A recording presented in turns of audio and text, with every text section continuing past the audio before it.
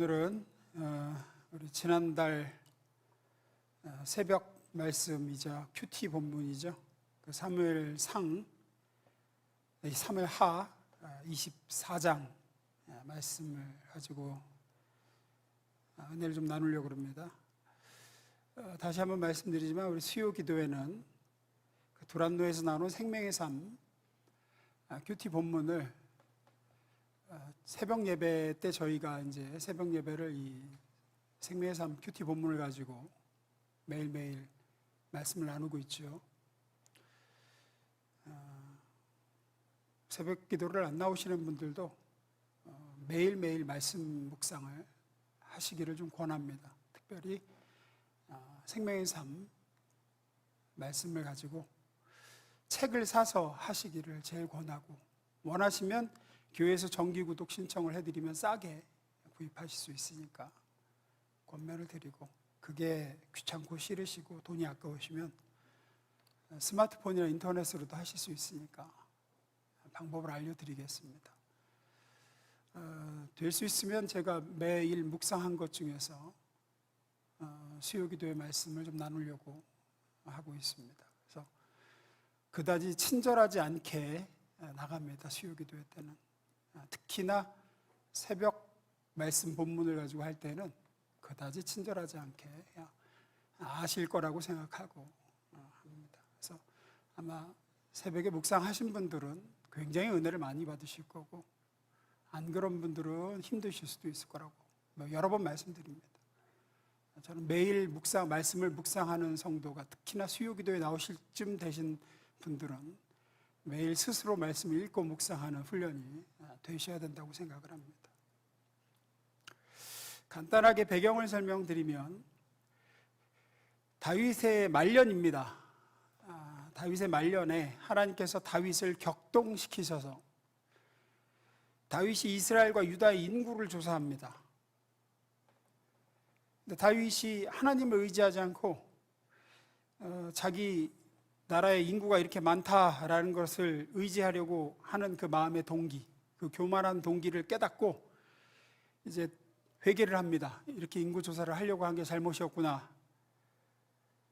회개하자 하나님께서 선지자 갓을 통해서 말씀을 전하십니다. 너 3개 중에 골라라. 7년 동안 기근에 시달릴래? 석 달 동안 원수에게 쫓길래? 사흘간 전염병에 시달릴래? 3개 중에 택하라. 다윗이 제가 사람의 손이 아니라 하나님의 손에 빠지기를 원합니다. 그래요. 다윗이 왜 이렇게 대답했을까요? 여러분 우리 속담에 매도 맞아본 놈이 맞는다란 말 있잖아요. 그거 사실은 틀린 말입니다. 매도 맞아본 사람이 무서워해요. 얼마나 아픈지 알거든요. 다윗이 그 원수에게, 사람의 손에 떨어지는 게 얼마나 괴로운 건지 알까요? 모를까요? 알아요. 왜요? 사울에게 매일 쫓기며 살았거든요. 그래서 군대에 갔다 온 사람에게 다시 가라 그러는 게 괴로울까요? 안 갔다 온 사람이 가는 게 괴로울까요? 갔다 온 사람 다시 가라 그러면 자살하고 싶습니다. 진짜로. 다윗은 그건 다시 못하겠습니다. 사람의 손에 떨어지는 것보다는 하나님 손에 떨어지는 게 차라리 낫습니다. 그러죠. 하나님이 오케이, 사흘간 전염병, 그리고 그 사흘간의 전염병으로 이스라엘에서 장장 7만 명이 죽습니다. 근데 이 이야기는 상당히 이해할 수 없는 구석이 상당히 많습니다. 이게 인구조사 사건이 다윗 통치 말기인데, 이게 밧세바 사건이 가장 큰 범죄로 기록되어 있거든요. 아들 압살롬의 반역과 죽음, 또 세바의 반역이 연이어 일어나고 진압되고, 이런 것들을 겪어 나와서 지금 24장 바로 앞장인 23장에서 다윗은 자기의 인생을 돌아보면서 하나님의 은혜에 대해서 감사와 찬양을 올려드리는 모습이 나옵니다. 그런데 그러고 나서 바로 또 범죄하고 실수를 저질러요. 그런데 이 범죄에 있어서는 의문이 한두 개가 아니에요. 첫째, 이 죄 지은 자는 다윗인데 다윗은 벌을 안 받고 왜 백성이 7만 명이나 죽어야 되나? 다윗은 벌 받은 게 없어요. 백성만 7만 명 죽어요. 두 번째, 왜 가만히 있는 다윗을 하나님은 격동하게 하셔서 죄 짓게 만들어 놓고 재앙을 내리시는가? 분명히 우리 본문에 나오죠. 하나님이 다윗을 격동하게 하셨다고. 뒤에서도 볼 겁니다. 세 번째, 아니 인구조사가 무슨 그렇게 큰 죄라고, 왕이 싸울 수 있는 백성의 숫자를 세고 전략을 세우는 게 무슨 그렇게 잘못이라고 이렇게까지 치시는가? 네 번째, 왜 하나님은 다윗에게 징계를 세 개 중에 고르게 하시는가? 종합하면 이렇습니다. 하나님께서 다윗을 교만하게 만드셔서 인구조사를 하게 하시고, 인구조사가 끝나자 다윗에게 세 가지 중 하나를 택하라. 다윗이 전염병을 택하자 3일 만에 7만 명 죽었고 재앙이 끝납니다. 납득하기 어려워요. 핵심은 1절에 있습니다. 오늘 본문에 있어요. 1절의 내용을 하나하나 좀 뜯어보겠습니다. 1절 봅니다.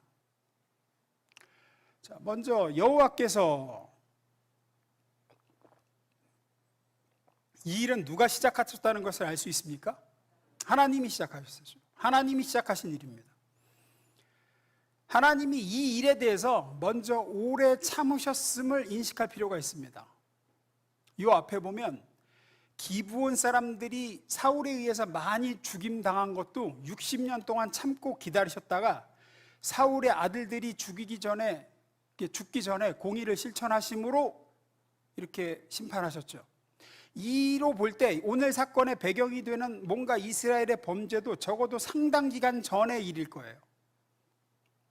하나님이 오래 참으셨다가 회개치 않으니까 하나님이 뭔가 이제 안 되겠다 하고 뭔가 일을 시작하신 거예요.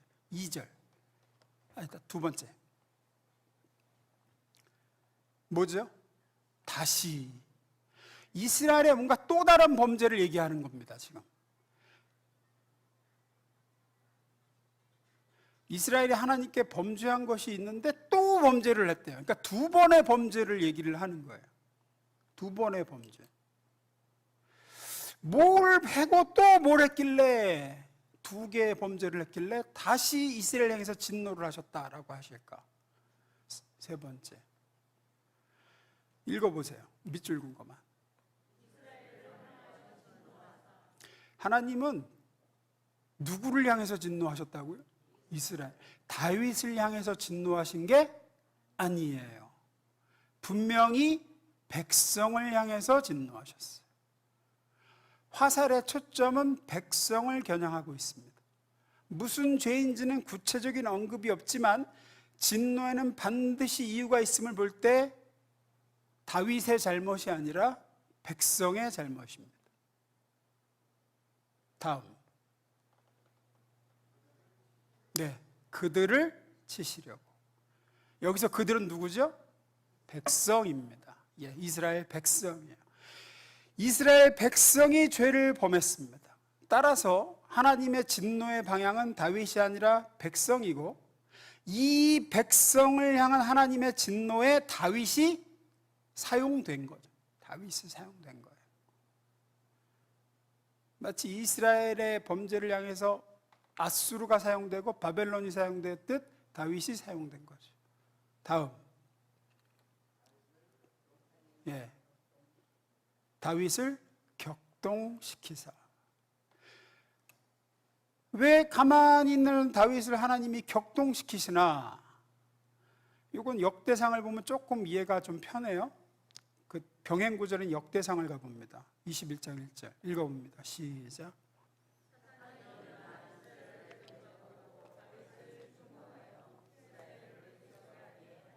예, 역대상에는 사탄이 일어나서 이스라엘 대적하고 다윗을 충동하여 이스라엘을 계수하게 했다 그러죠. 즉 사단이 다윗에게 교만한 마음을 부추겨 인구조사를 하게 했다라고 역대상은 얘기합니다. 사탄이 어떤 먹을 만한 쓰레기가 다윗 마음속에 이미 있었다는 거죠. 다윗 마음속에 이미 교만함이 있었고, 그걸 사탄은 성경에 부채질하는 자예요. 불씨가 있으면 막 부채질해 갖고 그걸 키우는 거죠. 그러면 사무엘하는 하나님이 하셨다 그러고 역대상에는 사탄이 했다 그러고 누가 한 겁니까? 누가 한 걸까요? 누가 한 걸까요? 실행은 사탄이 하고 하나님은 내비둔 거예요. 그 전까지는요 못하게 막고 계셨죠. 사탄이 다윗을 격동하지 못하게 하나님의 은혜가 다윗을 보호하고 있었습니다. 그래서 다윗이 올바른 판단을 할 수 있도록 하나님의 은혜가, 하나님의 영이 다윗을 인도하고 계셨고 지키고 계셨어요. 그런데 이스라엘 백성이 범죄하고 하나님을 진노케 하시자 하나님이 은혜를, 다윗을 지키시던 그 은혜를 살짝 거두신 거예요. 그래서 사단이 건드려도 계속 건드려고 할 때마다 하나님이 막고 계셨는데, 하나님의 은혜가 막고 계셨는데 하나님이 그 은혜를 살짝 거두신 거죠. 사울왕 때도 보면 알 수 있죠. 하나님의 신이 사울에게서 떠나고 악신이 그를 번뇌케 했다 하는 장면이 나오죠. 근데 그렇게 된 거죠. 그렇게 된 거예요. 여러분, 여기서 우리가 잠깐 여담인데 하나님의 은혜가 지켜주시고 있기에 우리가 범죄하지 않고 사는 거지, 사단이 마음껏 기회를 제공받고 유혹이 허용되고 우리 안에 이미 존재하고 있는 우리의 약함과 우리 안에 있는 쓰레기 같은 이런 것들을 마음껏 해짓게 허락받는다면 누구도 온전할 수 없습니다. 누구도 지금처럼 살 수 없습니다. 그냥 이렇게 인간답게 사는 것 자체가 은혜의 산물이라고요.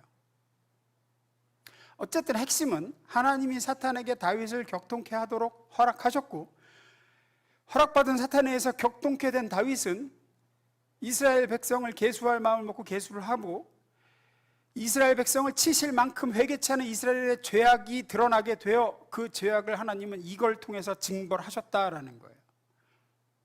그럼 이제 핵심이 이스라엘의 죄악이 뭐냐는 거예요. 첫 번째 대지입니다. 이스라엘의 죄악이 뭐냐는 거예요. 이렇게까지 하셔서 하나님을 진노케 해서 치시고자 한 백성들의 죄가 무엇일까? 그들의 죄가 뭔가? 이유 없이 이렇게 재앙을 내리시지 않는데, 아까 분명히 다시 진노하셨다, 두 번의 뭔가 하나님을 진노케 한 사건이 있는데 그게 뭘까? 많은 성서학자들은 이걸 이렇게 해석합니다. 압살롬의 반역 그리고 세바의 반역에 이스라엘 백성이 동참했다는 거예요. 다윗은 하나님께 기름 부음 받은 왕입니다. 하지만 이 두 번의 반란 사건을 통해 이스라엘 백성들은 손바닥 뒤집듯이 하나님의 기름 부음, 하나님이 세우신 사람인 다윗을 등지고 하나님이 세우신 사람을 인정하기 싫어하는 마음을 봅니다. 그리고 압살롬에게 우르르 붙어버립니다. 그리고 반란이 진압되자 언제 그랬냐는 듯이 다윗, 어이구 우리 임금님 하고 또 모셔오죠. 그랬다 세바가 반란이 일어나니까 이스라엘 10지파가 또 세바 쪽으로 우르르 붙어버립니다.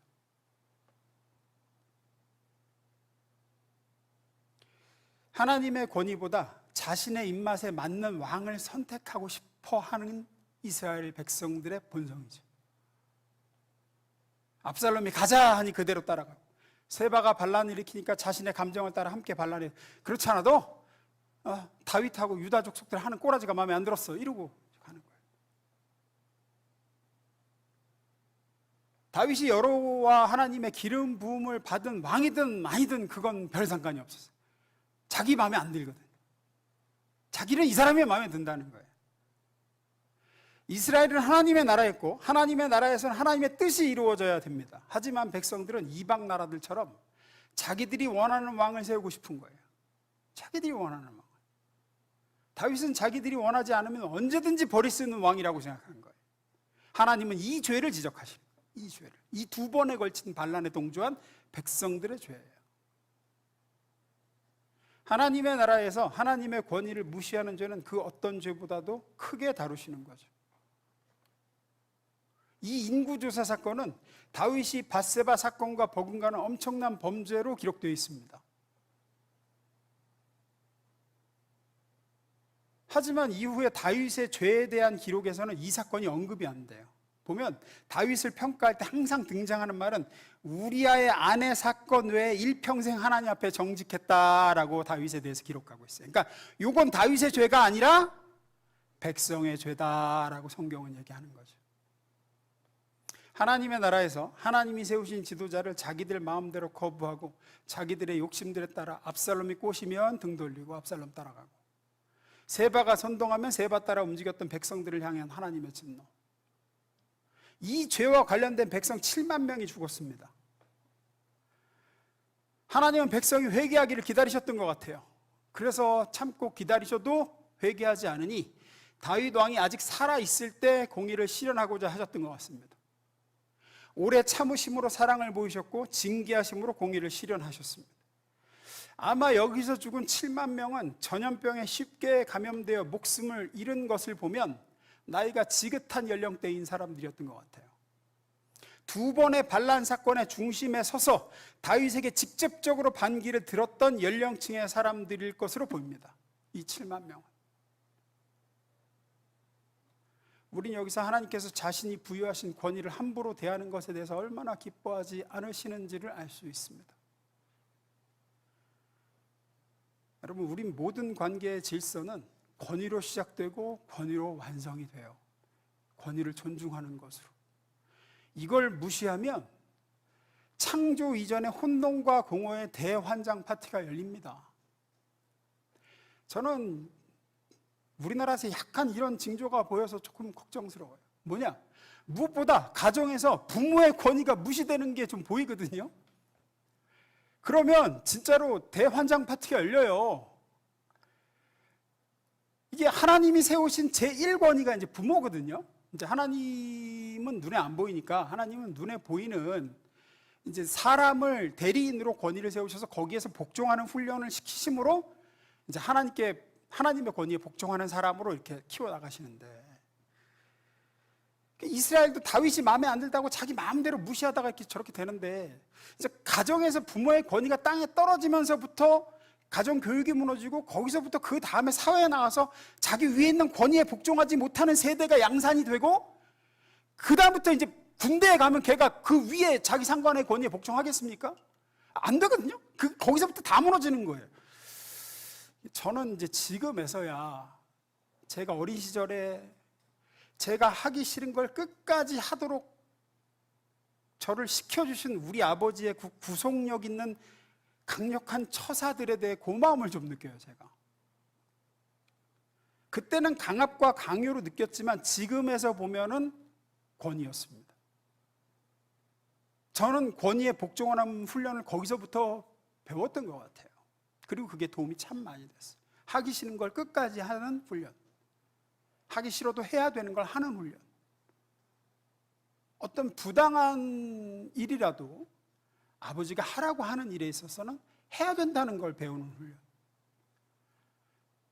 하기 싫은 서예학원을 등록했는데 글씨 못 쓴다고 진짜 가기 싫었는데, 그래도 6달은 다녀야지, 6달은 죽어도 가야 되는 거야. 근데 지금 생각해 보면은 저는 그것이 저에게 굉장한 유익이 됐어요. 지금 생각하면 그래요.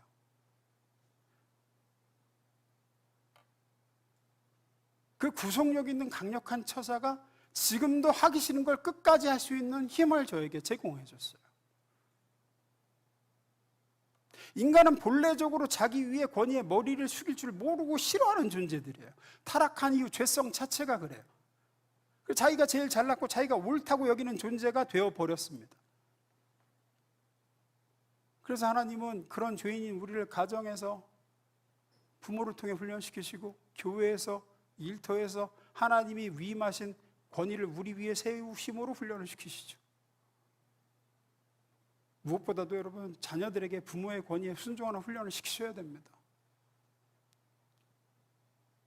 그리고 그 다음에 사회에 나와서 다소 모자라도 마음에 안 들어도 하나님이 내 위에 세우신 권위에 복종하는 훈련을 받아야 돼요. 그게 안 돼서 인생 꼬이는 사람들 너무 많이 봤어요. 그리고 하나님도 정말로 기뻐하지 않으시고, 저는 오늘 본문의 이스라엘 백성을 향한 하나님의 진노에서 하나님이 하나님의 백성들에게 하나님이 세우신 권위에 의해서 복종하지 않는 것을 얼마나 기뻐하지 않는 모습을, 하나님이 얼마나 기뻐하지 않는지를 확인할 수 있습니다.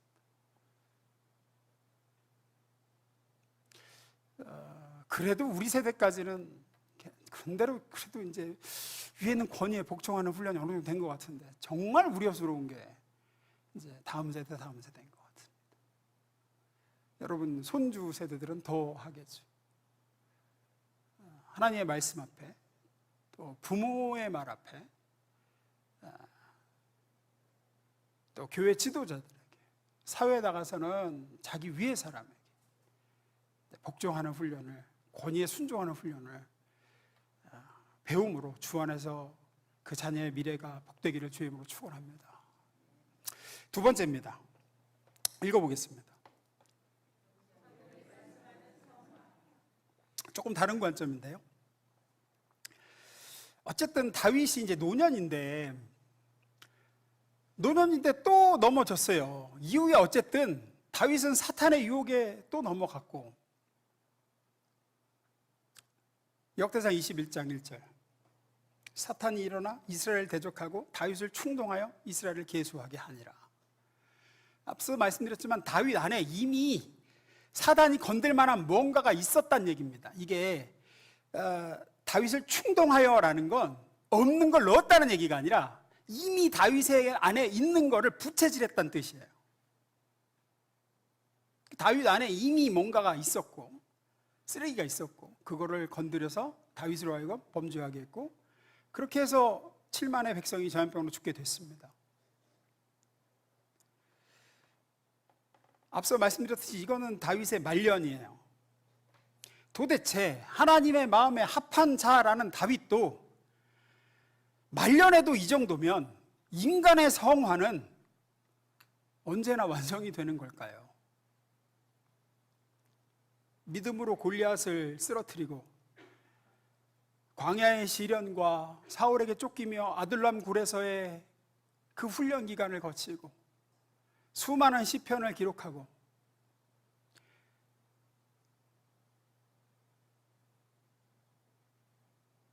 하나님의 법궤가 들어올 때 옷이 벗겨지는 줄도 모르고 춤추던 그 다윗, 그러고도 바세바 사건으로 큰 죄악을 저지르고 그 죄의 결과로 아들들 줄줄이 죽고,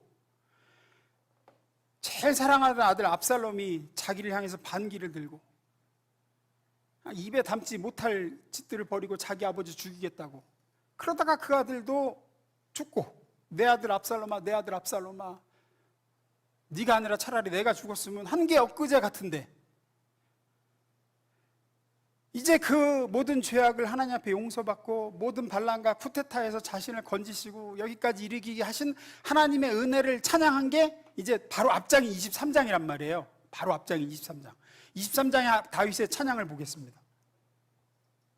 23장 1절 읽습니다. 시작.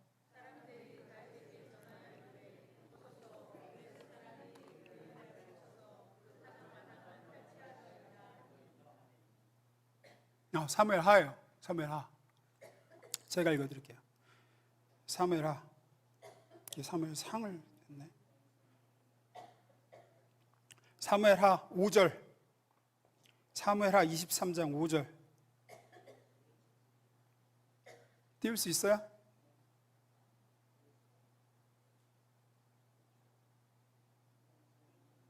네, 5절 읽습니다. 시작.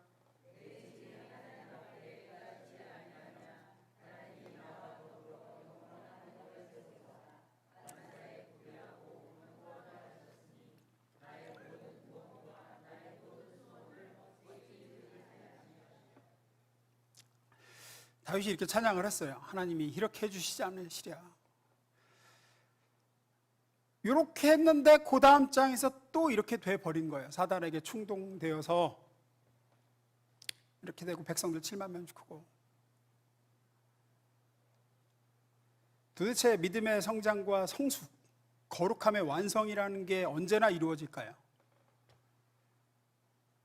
말년의 다윗도 이렇다 그러면 우리에게는 가능은 할까요? 성화라는 게, 우리가 믿음으로 의롭다함을 얻고 점진적으로 성화를 이루어 나간다라는 게 칭의와 성화의 교리잖아요.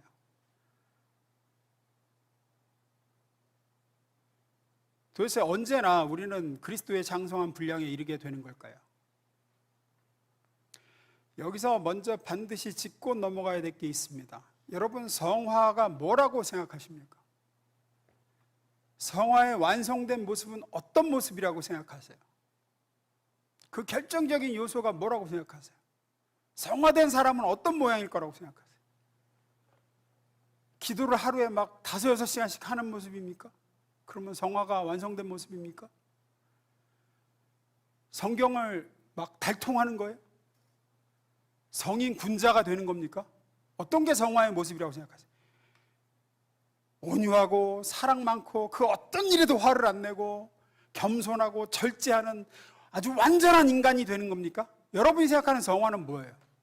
아니, 실제로 우리가 성화를 추구하잖아요. 어떤 모습을 생각하시는 거예요? 여러분이 추구하는 성화는? 그러니까 보여주는 모습에서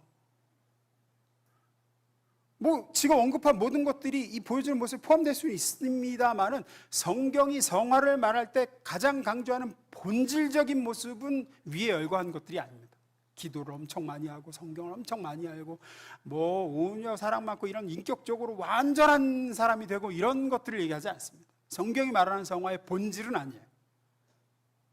종종 우리가 속게 되는 것이 앞서 말씀드린 이런 거예요. 이건 계몽주의적인 인간이에요. 세상이 말하는.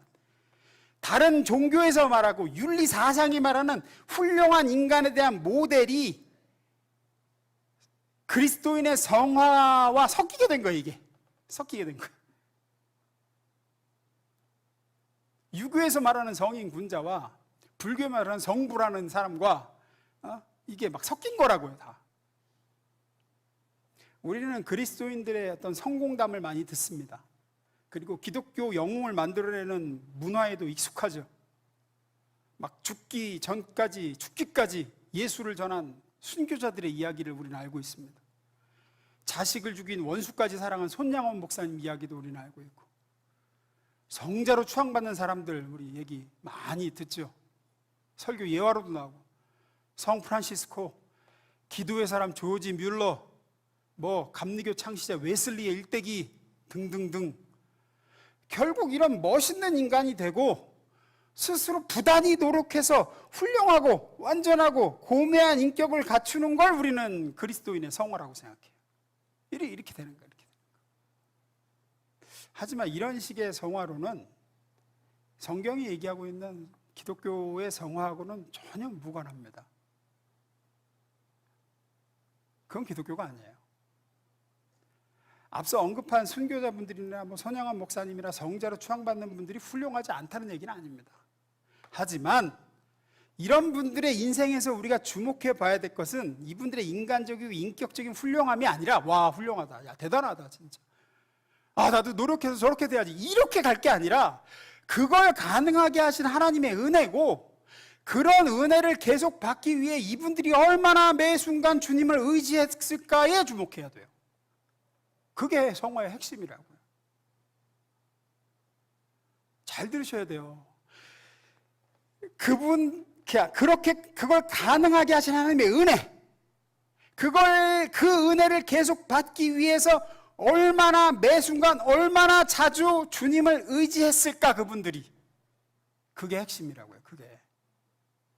이걸 모르고 그저 불교나 유교에서 말하듯이 사람이 노력해서 훌륭해지는 게 성화라는 주장을 펼치면 가장 나쁜 일이 뭐냐면 오늘도 주님을 의지하며 죄와 싸우다 넘어지는 지금도 성화되어져 가는 참된 그리스도인들을 낙심케 한다는 거예요. 이런 식의 성화가는 결국 기독교 복음을 다른 종교들이 가르치는 내용하고 별반 다를 게 없는 것으로 만들어버리게 됩니다. 며칠 전에 SNS에 이런 글이 올라왔는데 이런 거예요. 그러니까 TV 채널을 돌리다가 부처님 오신 날 얼마 전에 지났잖아요. 설법을 듣는데 그 설법을 왜 들었는지 몰라, 크리스찬이. 그냥 들었다, 궁금해서 들었대. 뭐라고 그러나 들었는데 교회 설교하고 얼마나 비슷한지 쇼킹했다는 거야. 진짜 비슷하대요. 도덕적으로 완전하라고 격려하고 노력하고 애쓰라고 설교하는 것이 정말 비슷하다는 거예요. 정말로. 그 재밌는 스님이잖아요. 증문즉설 뭐 하는. 진짜 똑같아요. 그래서 슬프게도 오늘날 복음주의의 타락이 여기까지 왔다는 것을 깨달았다고 자기가. 십자가도 말하고 보혈도 말하고 뭐 바울도 나오고 다윗도 나오고 예수님도 나오는데 근본적으로 잘 들어보면 네가 노력하고 네가 애써서 훌륭한 인간이 되어야 된다 라는 얘기야. 그리고 그게 성화인 줄 알아요. 그것은 하나님을 믿는 신앙도 아니요 성화도 아니요 인간을 믿는 인본주의입니다. 그러면 성경이 가르치는 성화는 무엇입니까? 이겁니다. 한번 읽어보겠습니다. 시작.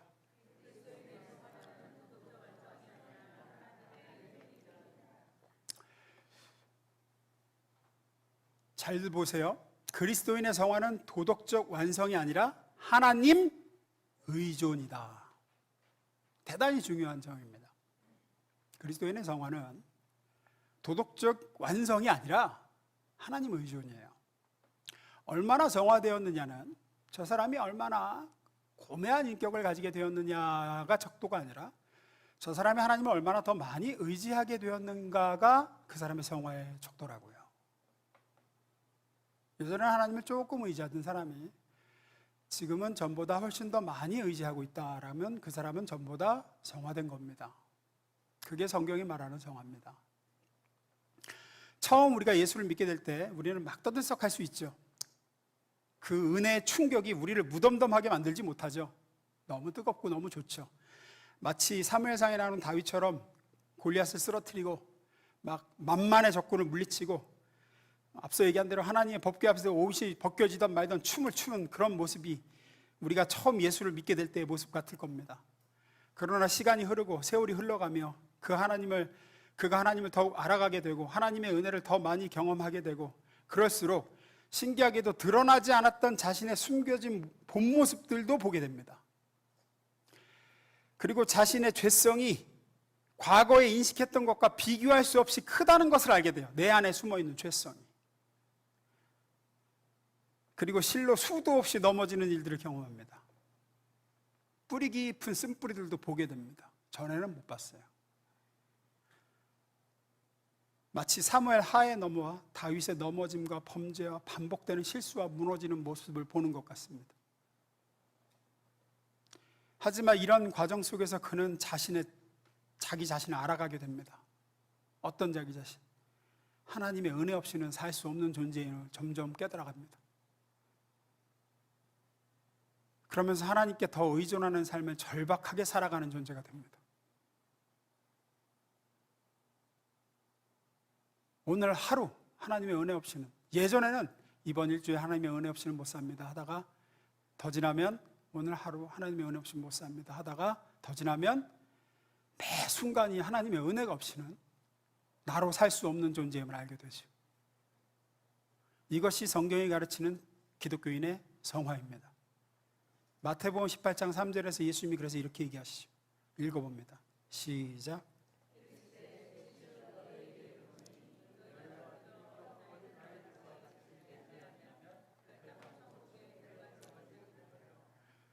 이것은 순수함을 얘기하는 게 아니라 부모 없이는 살아갈 수 없는 존재를 얘기하는 거예요. 당시의 어린아이는, 예수님 당시의 어린아이는 부모가 돌봐주지 않으면 죽음에 내몰릴 수밖에 없는 존재입니다. 지금이야 부모 없어도 나라에서 어떻게 먹여 살리는 존재가 어린아이지만 이 시대는 부모가 없는 어린아이는 죽음으로 내몰립니다. 그래서 여기서 말씀하신 어린아이는 부모가 없으면 죽음에 내몰릴 수밖에 없는 존재를 일컫는 거예요. 즉 하나님을 절실하게 의존하는 존재가 되라. 그게 성화입니다. 더 많이 의존하게 될수록 더 많이 성화되는 겁니다. 어떻게 그렇게 되는 겁니까? 자기가 누구인지 신앙생활을 해 나가면서 점점 더 알게 되기 때문입니다. 그전에는 괜찮고 자기가 그런 대로 괜찮은 인간인 줄 알았는데 자기의 구원과 자기의 도덕적인 완전을 열심히 노력하면 이루어갈 수 있는 존재인 줄 알았습니다. 성경 공부를 통해서도 뭐가 될 줄 알았습니다. 그런데 안 됩니다. 안 변합니다. 기도로도 뭔가 이뤄낼 수 없는, 변화되지 않는 자신을 봅니다. 기도도 성경 공부도 다 쓸데없다는 말이 아니라는 것을 아시죠? 그 얘기가 아닙니다. 그것이 기도도 성경 공부도 하나님의 은혜에 의존하는 수단으로서 사용되지 않고 나를 변화시키는 나의 능력의 차원에서 사용된다면 그것은 아무 일도 못한다는 얘기를 하는 겁니다. 신앙생활을 해나갈수록 자기가 얼마나 하나님의 은혜를 필요로 하는 자인지를 점점 더 많이 알게 되는 것, 그래서 하나님께 더 많이 더 자주 의존하게 되는 것, 그것이 저 사람이 성화되어져 가고 있는가 아닌가를 알 수 있는 결정적인 시금석입니다. 결정적인 시금석이에요.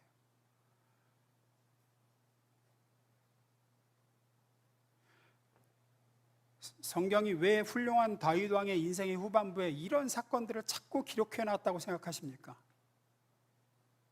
이제는 뭔가 이렇게 논의가 됐으면 도덕적 수준에서 좀 완성도를 보여줘야 할 때인 것 같은데, 다윗에게서 인간이 그러지 못하다는 거예요. 죄성이라는 것이 그렇게 끈질겨서 하나님의 은혜를 조금이라도 멀어지고 하나님의 은혜가 그 인간에게서 떠나가는 순간, 그 순간만을 기다리다가 죄라는 게 고개를 들고 사람을 삼켜버리곤 한다는 것을 보여주는 겁니다. 내가 이 모양이구나. 나는 여전히 하나님의 은혜가 필요한 존재구나. 내가 뭘 잘하면 그것은 하나님의 은혜의 능력이었구나. 이렇게 하나님의 은혜가 없으면 넘어지는 그것이 바로 나로구나 라는 것을 배우게 되는 거죠. 그래서 어떻게 합니까? 하나님을 인생의 마지막 순간까지 더욱 의존하게 되고, 그 어느 미숙했던 젊은 날보다도 더 은혜를 간절히 사모하며 나아가게 되는 것, 그것이 성화인 줄로 믿습니다. 성화란 예수님 같아져 가는 거예요. 예수님이 어떠셨는데요? 철저히 하나님 의존적이셨어요. 철저히 하나님 의존적이셨어요. 요한복음 14장 10절에 이렇게 얘기하죠.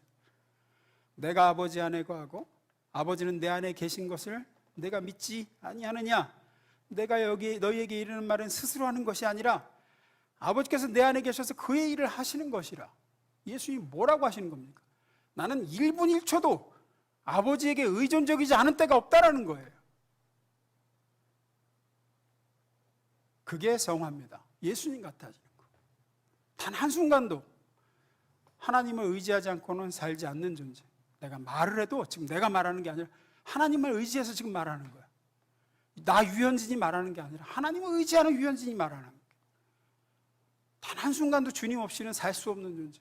내가 나로 살기 위해서는 주님이 필요하다고, 주님의 은혜가 없으면 금방 이상해지는 존재임을 깨닫는 거. 그래서 끊임없이 주님을 더 의지하고자 하는 존재. 그 의존성이 높아지면 높아질수록 더 많이 성화된 존재. 그게 거룩이고, 내가 노력해서 훌륭한 사람이 되는 건 유교고 불교고 도덕, 철학, 윤리지 기독교도 아니고 복음도 아닙니다. 많이 의존하고 많이 의존하는 만큼 열매 맺게 되고 변화되게 되고 닮아가게 되는 것, 그것이 성화입니다. 성경이 말하는 참된 성화를 우리 모두가 이뤄나가게 되기를 주의 이름으로 축원합니다. 기도하겠습니다.